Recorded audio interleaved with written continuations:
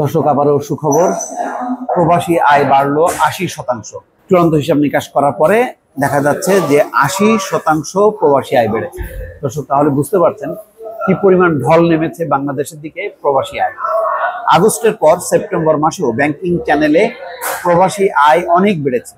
গত মাসে রেমিটেন্স এসেছে $240 কোটি, আগের বছরের একই মাসের তুলনায় যা $107 কোটি বা 80.22% বেশি। গত বছর সেপ্টেম্বরে রেমিটেন্স এসেছিল $133 কোটি। সংশ্লিষ্টরা বলছেন, রেমিটেন্স ব্যাপক বৃদ্ধির ফলে ডলার বাজারে কিছুটা স্বস্তি ফিরেছে। সরকার পতনের পর ডলারের দর 120 টাকায় স্থিতিশীল ছিল। গত মাসের প্রথম সপ্তাহে এশিয়ান ক্লিয়ারিং ইউনিয়নে আকু জুলাই আগস্টের দায় বাবদ $137 কোটি পরিশোধের পরও রিজার্ভ দাঁড়িয়েছে $19.56 বিলিয়ন। তার মানে আকুর যে $5-6 বিলিয়ন শোধ করা হয়েছে, শোধ করার পরও $19.56 বিলিয়ন রিজার্ভ আছে। তার মানে প্রায় 20 বিলিয়ন। আগের সপ্তাহে শেষে যা ছিল $19.38 বিলিয়ন।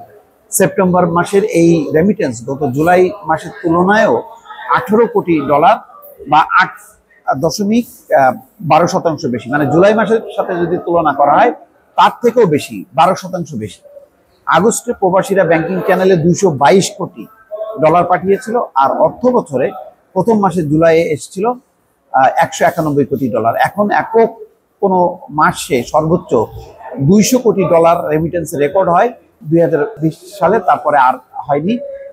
অনেক বহু বছর পর, মানে অনেক দিন পর এই রেকর্ড আসলো। শিক্ষার্থীদের আন্দোলনকে কেন্দ্র করে মূলত জুলাইয়ে রেমিটেন্স কমে যায়, কেননা আন্দোলনকে কেন্দ্র করে ওই সময় কয়েকদিন ব্যাংক বন্ধ ছিল।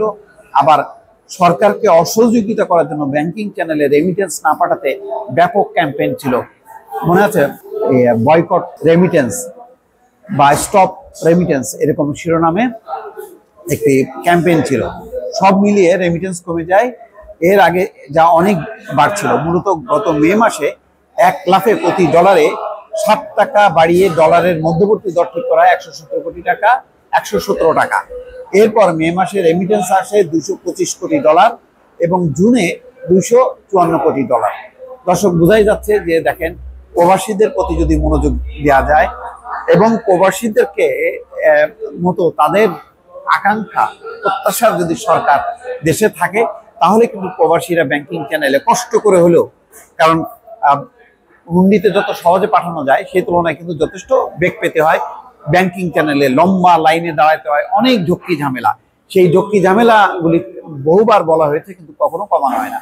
সেই জায়গাগুলো যদি আস্তে আস্তে ঠিক করা হয়, তাহলে কিন্তু প্রবাসীরা দেশকে ভালোবাসে না, এটা মানাই যায় না।